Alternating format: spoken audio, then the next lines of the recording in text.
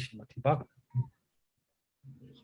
Namaste Saraswati Devi Gauravani Pachanini Nivasisha Sundari Pashtatara Sadhanini Namo Jai Sri Krishna Caitanya Prabhu Nityananda Shri Advaita Gadadhar Shiva Sari Gaura Bhaktivinode Hare Krishna Krishna Krishna Hare Hare Hare Ram Ram Ram Hare Hare. Okay, so let's read the last verse, and I was thinking what I do, if you don't mind, we can let me read the 10 verses before, yeah? Yeah. Read the 10 verses, so then we kind of can refresh the verses that we've read, and a bit of a summary in reading this last verse. So let me just, I'll read through text 1 to 10, then some devotees can, whoever gets their hand up first can read the last verse. Oh, Sahachari's beat everyone to it. Okay, so if you've done that. So verse 1, I just read the translation. So remember, these verses take us from the very basics of spiritual life to the highest possible attainment, all in just 11 instructions. So verse 1. A sober person who can tolerate the urge to speak, the mind's demands, the actions of anger, and the urges of the tongue, belly, and genitals, is qualified to make disciples all over the world. Long purple, scrolling down. Wow. One's devotional service is spoiled when he becomes too entangled in the following 6 activities. 1, eating more than necessary or collecting more funds than required. 2, over-endeavoring for mundane things that are very difficult to obtain. 3, talking unnecessarily about mundane subject matters. 4, practicing the scriptural rules and regulations only for the sake of following them, and not for the sake of spiritual advancement, or rejecting the rules and regulations of the scriptures and working independently or whimsically. 5, associating with worldly-minded persons who are not interested in Krishna consciousness. And 6, being greedy for mundane achievements. Text 3. There are 6 principles favorable to the execution of pure devotional service. 1, being enthusiastic. 2, endeavoring with confidence. 3, being patient. 4, acting according to the regulative principles such as Shravanam, Kirtanam, Vishnu Smaranam, hearing, chanting, and remembering Krishna. 5, abandoning the association of non-devotees. And 6, following in the footsteps of the previous acharyas. These 6 principles undoubtedly assure the complete success of pure devotional service. Text 4. Offering gifts in charity, accepting charitable gifts, revealing one's mind in confidence, inquiring confidentially, accepting prasad and offering prasad are the 6 symptoms of love shared by one devotee and another. Text 5. One should mentally honor the devotee who chants the holy name of Lord Krishna. One should offer humble obeisances to the devotee who has undergone spiritual initiation, diksha, and is engaged in worshipping the deity. And one should associate with and faithfully serve the pure devotee who is advanced in undeviated devotional service and whose heart is completely devoid of the propensity to criticize others. 6, being situated in his original Krishna conscious position, a pure devotee does not identify with the body. Such a devotee should not be seen from a materialistic point of view.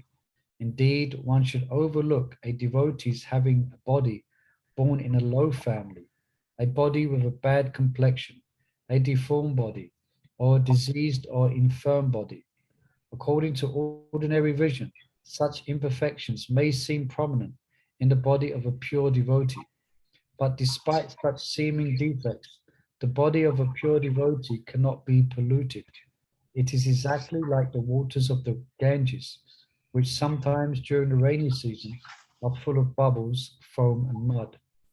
The Ganges waters do not become polluted. Those who are advanced in spiritual understanding will bathe in the Ganges without considering the condition of the water. Text 7. The holy name, character, pastimes, and activities of Krishna are all transcendently sweet like sugar candy. Although the tongue of one afflicted by the jaundice of avidya, ignorance, cannot taste anything sweet, it is wonderful that simply by carefully chanting these sweet names every day, a natural relish awakens within his tongue, and his disease is gradually destroyed at the root. 8. The essence of all advice is that one should utilize one's full time, 24 hours a day, in nicely chanting and remembering the Lord's divine name, transcendental form, qualities, and eternal pastimes, thereby gradually engaging one's tongue and mind. In this way, one should reside in Raj, Goloka Vrindavan, Goloka Vrindavan Dham, and serve Krishna under the guidance of devotees. One should follow in the footsteps of the Lord's beloved devotees who are deeply attached to his devotional service. 9. The holy place known as Mathura is spiritually superior to Vaikuntha, the transcendental world, because the Lord appeared there.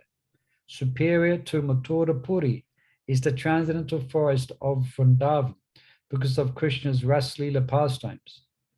And superior to the forest of Vrindavan is Govardhan Hill, for it was raised by the divine hand of Sri Krishna and was the site of his various loving pastimes.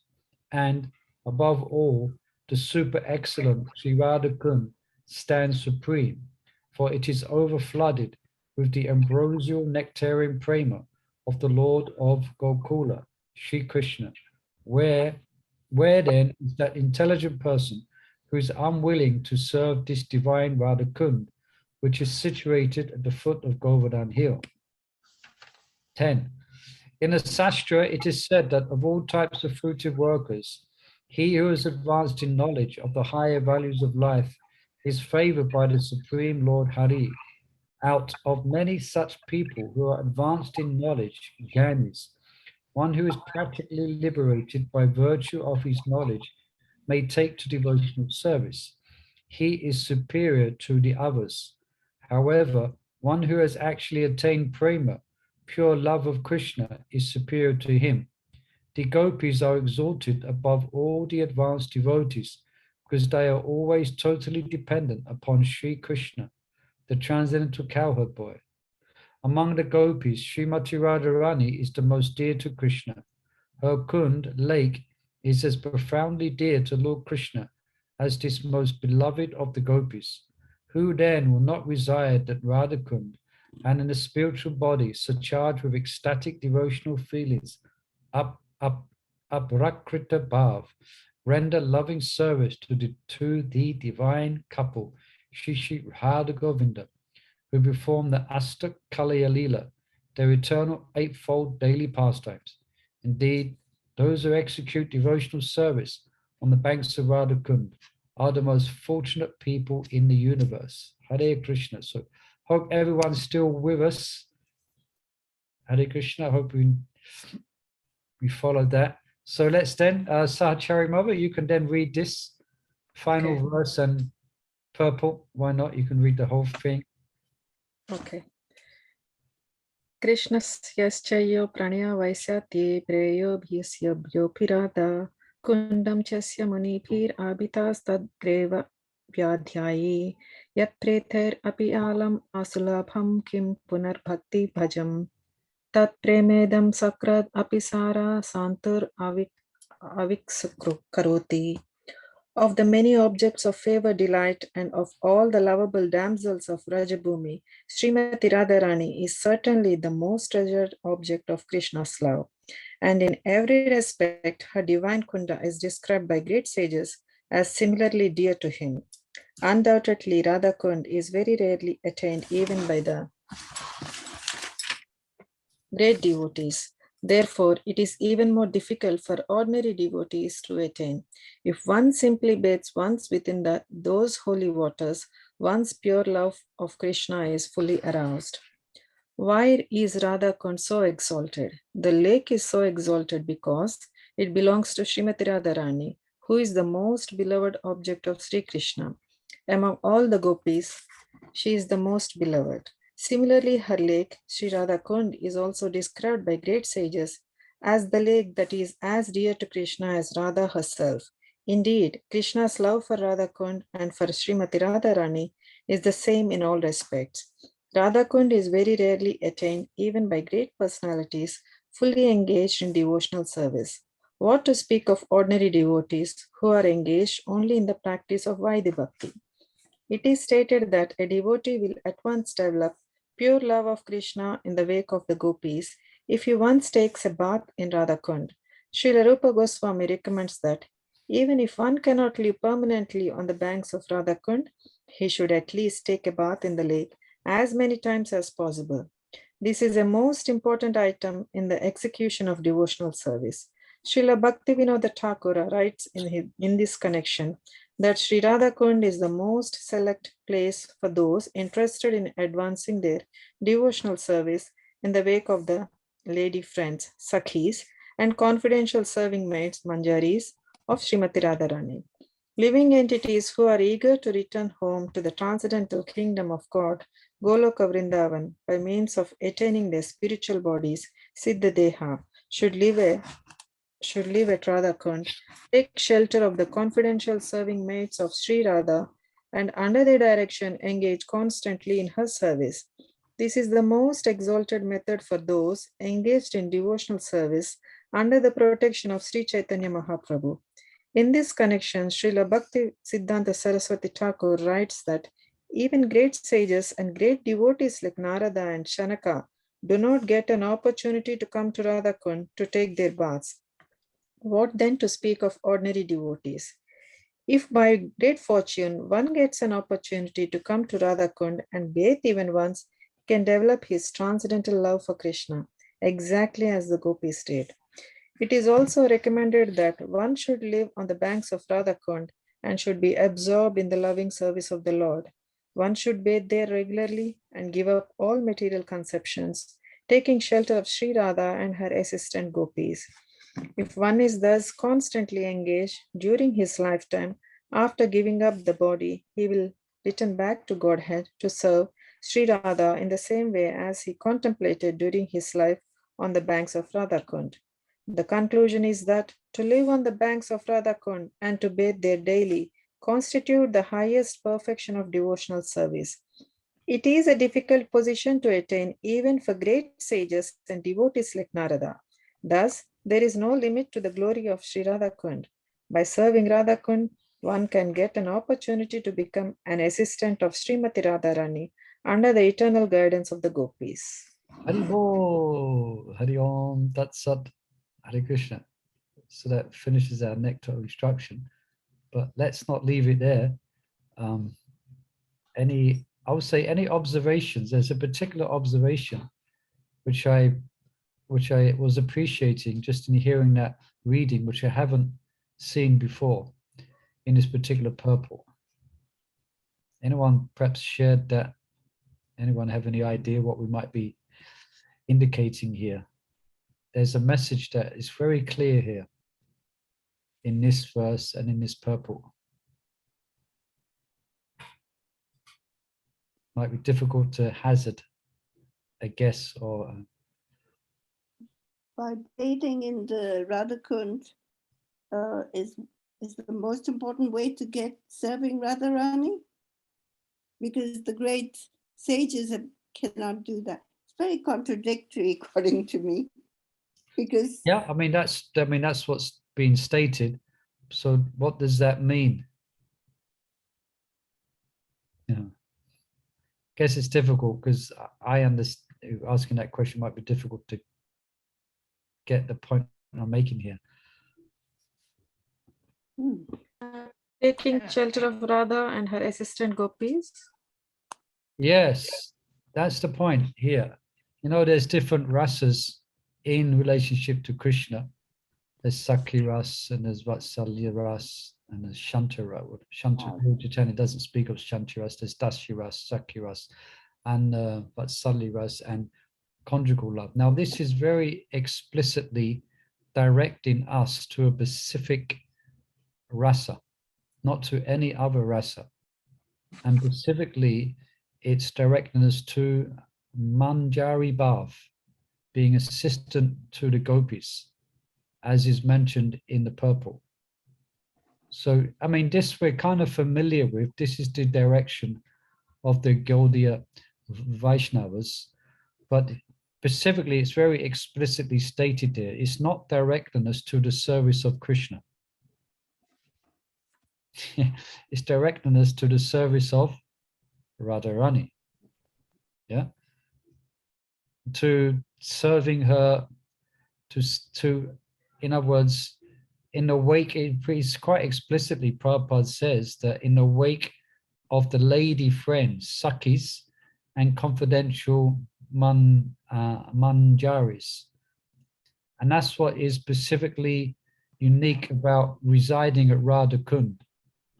For those who do reside at Radha-kuṇḍa, either physically or mentally, they're on the path of developing Gopi Bhava.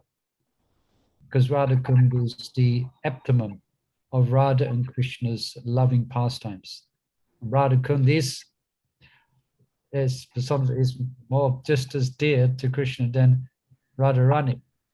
So if you ever get asked that question, or you hear that question of what rasa is that we are directed to, and it comes up, this is a proof that the Goswamis and Gaudiya Vaishnavas are generally directing themselves to not Krishna, but to Radharani. So that's quite a subject. I mean, my spiritual master spoke about this a couple of years ago in a epic 8-hour Radhastami class, that actually we are devoted to Krishna because he serves our worshipful deity Radha. You get the idea? Therefore, we are devoted to Krishna because of that. That's how Bhaktisiddhanta Saraswati describes. Now, of course, in our general preaching, we are known as the International Society for Krishna Consciousness. But more confidentially, in the line of this direction, as one progresses, we are the International Society for Radha Consciousness. And you go to, many of you I'm seeing, so you all love to go to Vrindavan, and there's Radha painted everywhere, and Jai Radhe. So Prabhupada would always repeat back, Hare Krishna. So, this is not something which we present, we present about being conscious of Krishna. But then as one progresses through, like, for instance, these different verses of Rupa Goswami, then we come to this point. One should take shelter, again, I just looked down and saw this sentence here. One should take shelter of Radha and her assistant gopis. If one is thus constantly engaged in this lifetime, he will, after giving up the body, he or she will return back to Godhead to serve not Krishna, but to serve Radha, in the same way that they contemplated during this life. Yeah. So that means we have to contemplate such things eventually. Right? Prabhu, this is a Dasya Bhav, isn't it then? No. No. Dasya Bhav in a high I know, serving, yes, serving, but serving in in conjugal rasa, like, yeah, all yes. the rasas are engaged in service. There's service in every rasa, like the gopis serve the divine couple. Yes. So rasa, but it isn't serving as a gopi, serving as a manjari.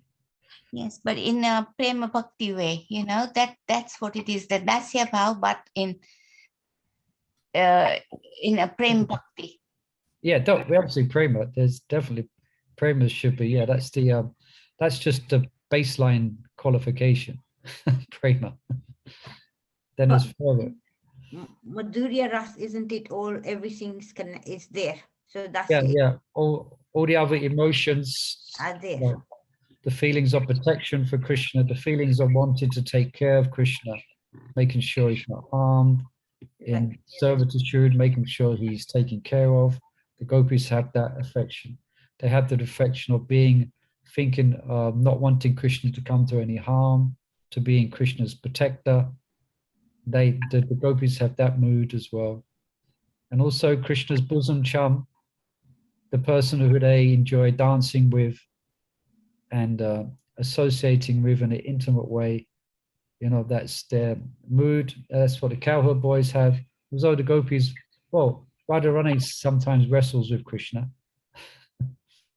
But yeah, but then so the gopis have all these sentiments. Plus they have the sentiment which no one else has because of their, in their form of gopi. They reciprocate with Krishna in a very inner conjugal manner. So anyway, it's interesting because I've read the Nectar of Instruction before, and I just was hearing Sahacharya read it, and I was just coming out, wow, this purport is about one thing and one thing only. That the goal is not to be a cowherd boy here. It's not to be in the mood of a parent. It's not to be a servant, or as Padavija amusingly said, become a bumblebee in one class. Become a bumblebee or a cow or like that. It's to become an assistant to the Sakis and the Manjaris. Or yeah, one of the Manjaris. And confidential stuff, like they said.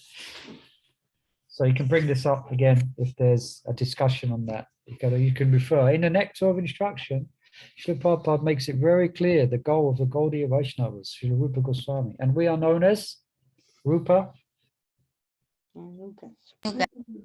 Rupa Nuga Bhaktidara, Temple Commander. No, we're known as Rupa Nuga, which means we're following Rupa Goswami. And so if we're following Rupa Goswami, where is Rupa Goswami going? Where is he? Vav. Manjari Vav. So, any other comments about that? You can see why the Babaji's, Radha-kuṇḍa Babaji stayed there, because it says you see that they have, it's good to live at Radha-kuṇḍa. Yeah. Kind of mood, you know. Yeah. Unfortunately, such a sacred place is there's a lot of persons who are not so qualified. Even in Bhaktisiddhanta Saraswati Thakur's time, he would criticize, I forget the exact quote, but he would criticize practically all of them residing at there were not the real thing. In his, anyway, we can't, who am I to pass judgment on anyone living at Radha-kuṇḍa? But anyway, that's what Bhaktisiddhanta said. And I think we discussed that more than one time. Just yesterday it came up, didn't it? About who was it? What's his name? Gora Hari. But anyway, Radha-kuṇḍa is all about conjugal love. So anyone who does reside there, that's the rasa, which if there was, there's places which are known where if you want to just develop the rasa of friendship, then there's other places which you would reside. So that's what, that's an aspect of advanced practice where they will reside in a place which is known for that particular rasa. So Radha-kuṇḍa is known for the unlimited sweet pastimes between Radha and Krishna and the gopis. So that's why one will do one's bhajan there. But And you, that's what Rupa Goswami is encouraging. And Prabhupada is encouraging in the purple. Isn't he? Prabhupada's not saying about any other rasa. he's just echoing Rupa Goswami's direction. Yeah. also the sentencings below, under the protection of Sri Chaitanya Mahaprabhu. Yeah, under the protection of Sri Chaitanya. Yeah. It's even more important, really. Yeah. All right. Mhm. So before we go to Radha-kuṇḍa, we need perhaps read Harinam Cintamani Yeah. and all about chanting. But any final, I say, comments on the Nectar of Instruction before we close here and open up another wonderful reading? Just wanted everybody to see what did they find. Was it like good we did it? Is everybody happy with that? You'll have to remember now. Hare Krishna Prabhu. Hare Krishna, Nitai Mata. Prabhu, I felt it was very nicely connected with yesterday's reading of Yeah, Achyutananda. that's better. Your voice is a lot clearer now. I couldn't hear hardly anything to begin with. Yeah, and I felt yesterday's reading and today's just now this reading. Yeah, is kind of connected, isn't it? very much get connected together. And Yeah, very much. it's Yeah. It wasn't planned like that. I mean, I didn't plan it. It's just coincidentally, it's happened like that. Lord's mercy. Yeah. So it's something to meditate upon. The International Society for Radha Consciousness, and I like that quote from Bhaktisiddhanta that we serve Krishna because he's devoted to our Ishtadev Radharani. Yeah, I was, and also I was thinking we are Rupa Anugas, at the same time we are Prabhupada Anugas, so that we won't get deviated anywhere else. Yeah, we're Rupanugas, and more importantly, we're Prabhupada-nugas. Yeah. So all perfection can be attained from Srila Prabhupada and what he has given us. Yeah. All right. So unless there's any other comments or questions there, we can open up the Harinam Cintamani. Now, you have to forgive me. I like to read forward in the books that we read, but I didn't get a chance today, and I just opened it up about an hour ago and was having a look through it a little bit as much as I could. So, but let me just bring it up and I share my screen. Let me just share my screen. Come here. I read this many years ago, so I'm quite somewhat unfamiliar with it because I forget, I read it over 11, 12, 13 years ago. But it's actually, no, I was caught by it a couple of months ago and I started reading a little bit of it. And I was thinking, wow, this is really nice. It's another book I want to put into a PowerPoint presentation. But I haven't got time. So it's nice that we're reading it. This will be Holy Name Tattva, which I think is very good, isn't it? Speaking about everything about the Holy Name, which is our principal means of practice. So hopefully we'll all benefit and appreciate this reading. Okay, you can see that on the screen? Yeah. Yes, Prabhuji, yes. Okay, yes. very good. All right, now it's relatively set up quite just looking at it now in the book, it's set up quite nicely in that the chapters are relatively small and each section within a chapter has a heading. So it's easy to identify the point which is being made in each of the sets of paragraphs. So it's quite well laid out, I would say. It's a bit like Sankapa Kaumudi, which is very nicely laid out for a better understanding. Yeah. So we're going to hear about the science of the holy name. We're going to hear about, it goes into quite some details about the 10 offenses and what to do to overcome them. And also towards the end, it speaks about what we're familiar with as well, the highest stages of chanting. Not familiar with practicing practice, maybe some of you, yes, but at least in our studies, it really gets into that at the end. You know. Anyway, without further ado, let's start reading, shall we? Okay, we have two. So Mother Gaia, you'd like to begin in this Harinam Cintamani introduction. Oh, introduction. Just tell me when to stop. Introduction to the original 1900 edition by Srila Bhaktivinode Thakur. This book is not meant for the faithless materialist. Only those who have developed unflinching faith in Lord Caitanya and in the process of chanting the holy name are eligible candidates to hear the topics discussed in this book. Amongst the different levels of sadhana bhakti, he who is convinced that all perfections are obtained by chanting the holy name alone is the topmost sadhaka or practitioner. Lord Caitanya has personally instructed this lesson in his Sri Shikshastaka. He ordained Srila Haridas Thakura as the Namacharya or spiritual authority on the subject of chanting the holy name of the Lord. Scrutinizing research of authorized texts has yielded the following facts regarding Srila Haridasa Thakur's life. He was born into a Muslim family living in a village called Budhan, near Banagram in West Bengal.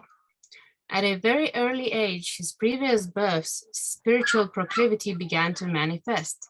He took up devotional activities and renounced home and family. He built a small shack in the forest of Benapol and embarked upon a program of intense chanting and meditation. Some mischievous men were hindering his bhajana there, so he left his shack and took sanctuary on the banks of the river Ganges. In another incident, he was disturbed by unscrupulous men who sent a young prostitute to make him break his spiritual vows. Srila Haridasa Thakur's chanting had a purifying effect on her. She became a devotee, giving up her old ways. Srila Haridasa Thakur initiated her into Harinama, and settling her in his shack in Benapol, he left that area.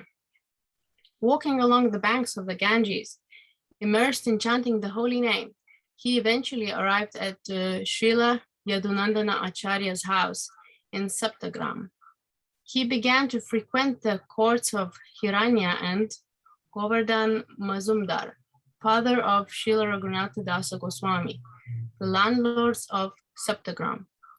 A certain inferior class Brahmana named Gopal Chakravarti one day challenged Srila Haridasa Thakur's explanations of the glories of the holy name in an abrasive and offensive manner.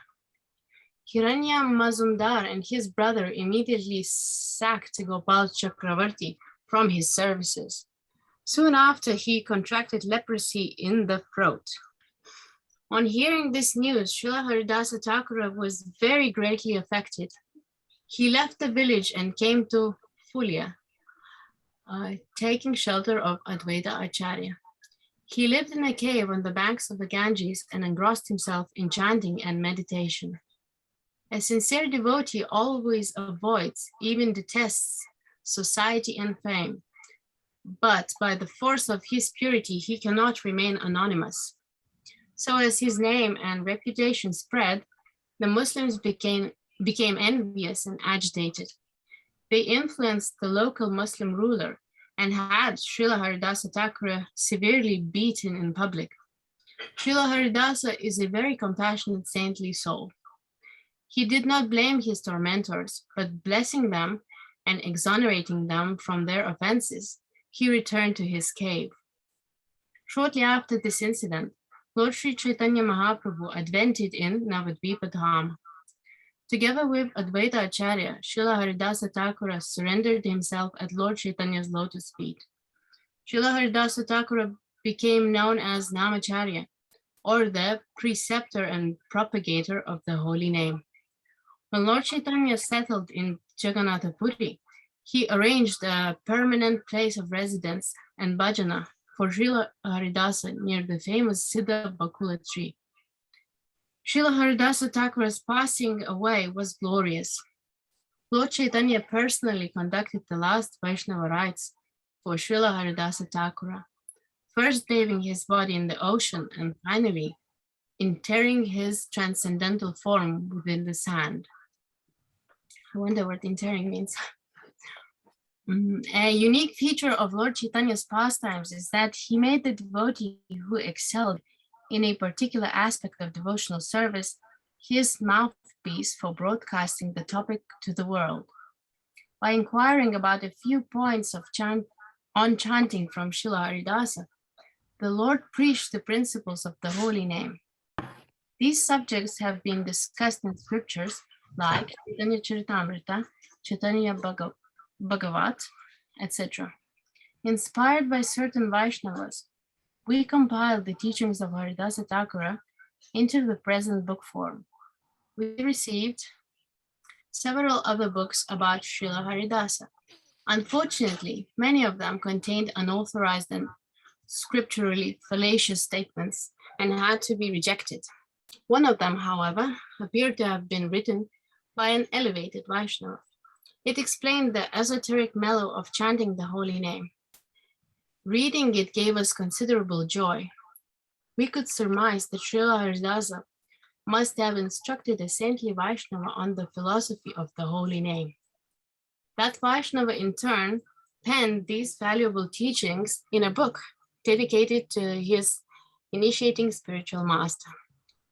We extended our heartfelt gratitude to the sender of the book from Sri Hatta. The Harinama Cintamani has recorded these precious edicts glorifying the holy name. This book, therefore, is being published for the pleasure of the devotees surrendered to the Lord and his transcendental name.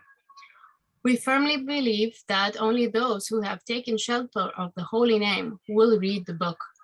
Others will not. Therefore, we do not expect any arguments or challenges about the holy name from them. There are many disciplines and processes of worship, but the process of chanting the holy name is paramount. All the saintly Vaishnavas since Lord Chaitanya have followed the same singular method of chanting and enunciated by Srila Haridasa Thakur. Even the ancient Vaishnava sages residing in Vrajadama Vrindavana have chanted in this same manner. The elevated Vaishnava residing in Puri, whom we were fortunate to have seen with our own eyes and who were constantly relisting the divine nectar of the holy name, are following the same method of chanting. Both Sanatana Goswami and Gopala Bhatta Goswami have unequivocally established in the Haribhakta Vilasa that the singular procedure for chanting the holy name is to do it free from offense, incessantly, and in a secluded spot away from the hubbub of material activities. The Harinama Cintamani is written in couplets. It can be read by women, young students, and others not knowing Sanskrit. They can easily understand Lord Chaitanya's teaching. So that they are not inconvenienced, all Sanskrit quotations are also deleted. Another book by the name of Praman Mala has been written with compilations of relevant Sanskrit shlokas that substantiate every statement in Harinama Cintamani. If Lord Krishna so desires, then that book will also soon be published for the satisfaction of the devotees. Okay, so thank you. Very nice reading. So some of this is a summary of the life of Haridas Thakur, and a lot of this is included in Caitanya Charitamrita. especially about his being when a prostitute that's there in the Caitanya Charitamrita, and also the episode concerning Gopal Chakravarti.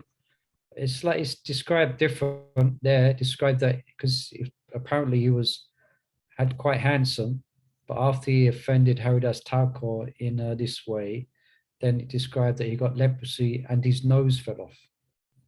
But here the leprosy was in the throat. So anyway, you can take your pick, which one. But any observations, questions, or reflections on this? This is an introduction to the life of Haridas Thakur. And remember, this is the words of Bhaktivinode Thakur. Yeah. So apparently there was more than one book supposedly coming from or about Srila Haridas Thakur. And Bhaktivinode Thakur had obtained some of those books, it seems, but he had some but he intuitively felt that some of those, well, not intuitively, there was quite obvious in some of those books there was some it wasn't bona fide. Just give it shortly. But in reading this book, it said, yeah, here it said, yeah, just here. One of them, however, appeared to have been written by an elevated Vaishnava, and it explained the esoteric mellow of chanting the holy name. Reading it gave us considerable joy. So based on that, he concluded that this was a bona fide book, yeah, about Haridas Thakur, specifically about his teachings on the holy name. Yeah. Interesting as well that Haridas Thakur was chanting the holy name before Lord Chaitanya appeared. Yeah, Haridas Thakur was quite elderly. Well, by the time Lord Chaitanya Mahaprabhu had manifest and was manifesting his pastimes, he was quite elderly compared to Lord Chaitanya Mahaprabhu. Perhaps Advaitacharya was also a senior. I think he eventually, did it mention here that he actually stayed with Advaitacharya, Haridas Thakur, at one point? Yeah. I think it was. Yeah. And you asked about his body was, where was that? The meaning of that, it means buried. Where was that? Yeah, I answered it, but I was on mute, so you didn't hear it. Where did it say? All right, well, he personally buried him. Yeah, that means, yeah. So finally, interring means to be buried. It's another word for being buried somewhere. Buried within the sand. Thank you. Yeah. So who's been to Haridas Thakur's Samadhi? Yes. Me. Yes, yes. Yes. We have. I've been there. It's in Puri, right on the beach. Yeah. Right next to the bhajan place of Bhaktivinode Thakur. Yeah. And there's now an ISKCON temple just opposite the Samadhi, Haridas Thakur. And you can go there, you can chant there. We was there a few years ago, chanting, so you can visit that place. Very special place. All right. So anything else anyone like to bring out here? Otherwise we can continue. That was the introduction. Quite a relatively short introduction. As lots can be said about Haridas Thakur. Where is that pastime where that's also in Caitanya Charitamrita, where he was punished and tortured as well. And he feigned death. That's a well-known story. Devotees like to recite. He was thrown in prison as well at one time. And it caused a big problem because all the prisoners became devotees.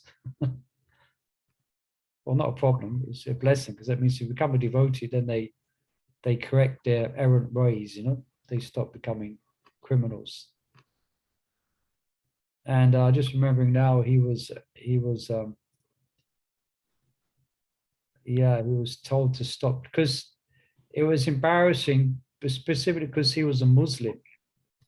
Externally, he came from a Muslim background, but he was chanting the holy name of Krishna. And he was attracting a lot of attention as well. So that didn't go down with the Muslim rulers very well. And they threatened him that you should stop chanting his holy name. Otherwise, well, they said they're going to kill him, and that's what they tried to do. But he said, I cannot stop. It's impossible to stop. You can cut me into 1,000 pieces, but still, I will still keep chanting the holy name. Yeah. So quite a dramatic story. His life, quite a dramatic story. Actually, I don't think does anyone know of one particular book where all his life is explained? I don't think it is. You have to get it from Caitanya Charitamrita. You can get something. You could get some from Chaitanya Bhagavat. And there's other stories you hear as well. But as far as I know, there's not one specific biography of Haridas Thakur, unless someone knows of one, but I haven't seen one. Isn't there the Namacharya book written by Prabhupada's Okay, disciple? So I'm mistaken. So it's there, yeah? And that's a compilation of all the pastimes, yeah? Yeah, there is a book, Namacharya, The Life of Haridas Thakur by Rupa Vilas Das. Okay, so just see, mistaken. There it is. It's been there for many years, probably. I just haven't. And the Lavangala's got a copy of it, no? Yeah, so... yeah, I can't find it instantly. Yeah, so the Mother Ladini just confirmed. So there is a book. So if you want to hear more about Haridas Thakur, you can read that from Rupa Vilas, So let's kind of pray, fall down at his feet and pray for his blessings. Now we're going to read his teachings on the holy name of the Lord. And he is the Nama Acharya. So we can't hope for better than that. So sitting at his feet, let's try and understand about the glories of the holy name. Okay, wait. Okay, the glories of the holy name. Lavangalatika, you have your hand raised. You can read this part.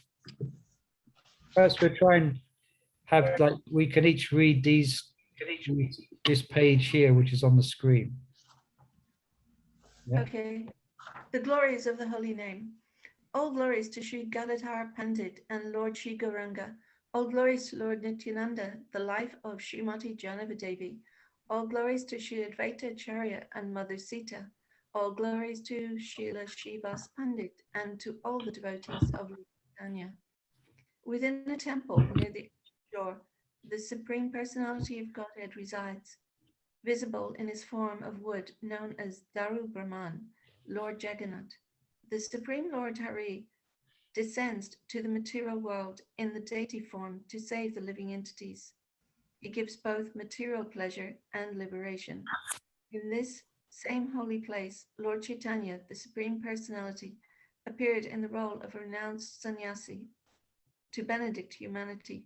He stayed at Kashi Mistra's residence and propagated the Dharma necessary for this age of Kali, making everyone understand its real meaning.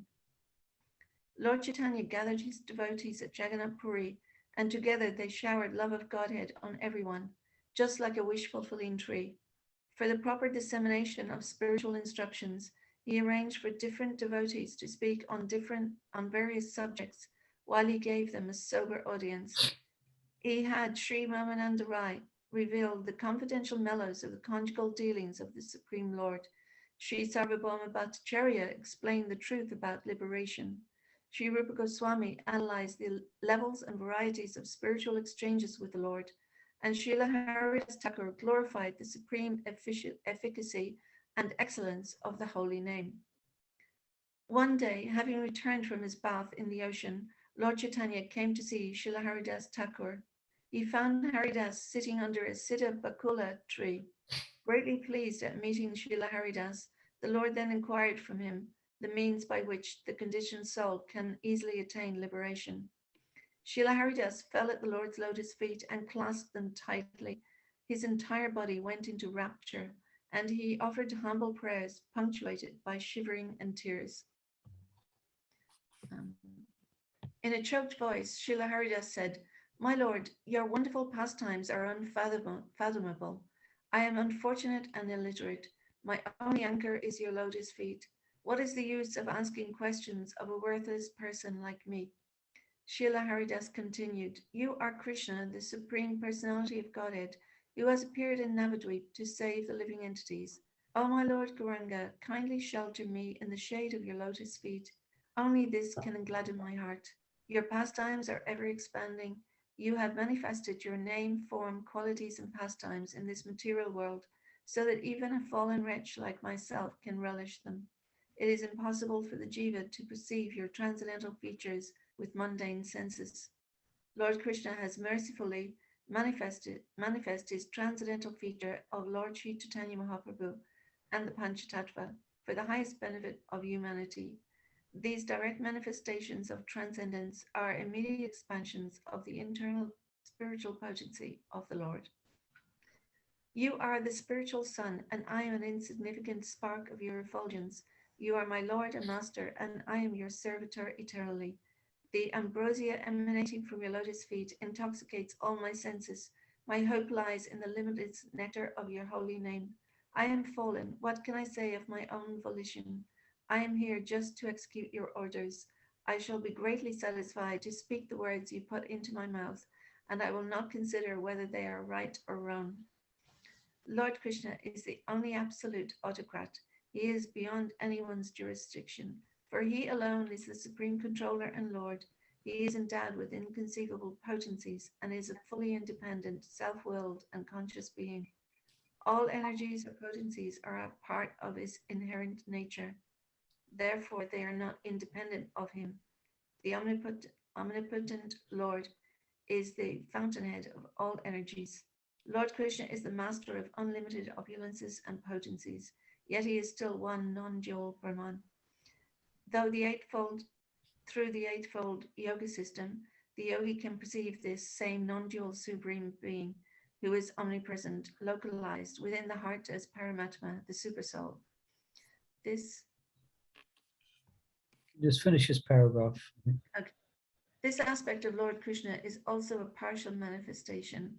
Therefore, neither Brahman nor Paramatma is a complete feature of Lord Krishna.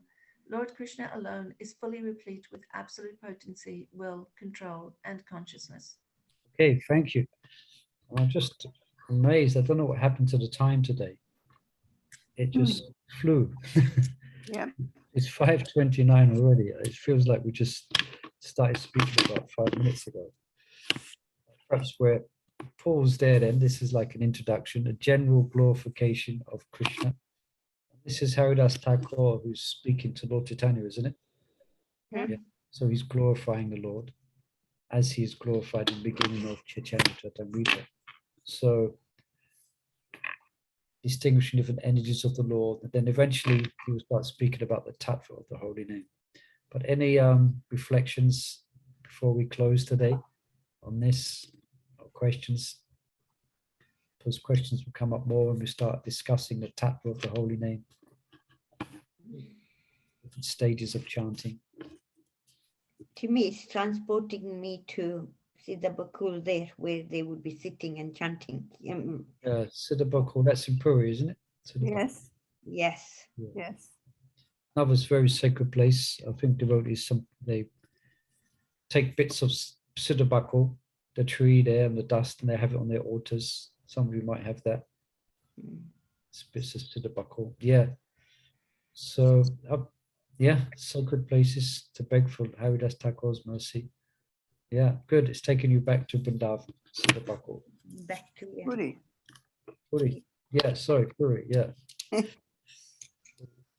right. Perhaps we'll stop there then for today. Our first installment of Harinam Cintamani, our finishing of Nectar of Instruction, beginning of Harinam Cintamani. And let's get together tomorrow for tomorrow's reading, hearing, and chanting. So again, thank you everyone for joining us. There's 14 devotees with us. I hope you found this reading.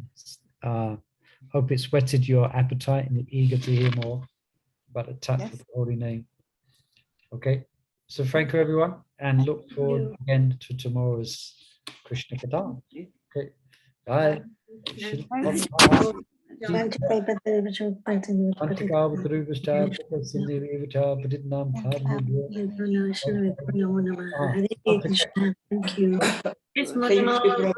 Thank you.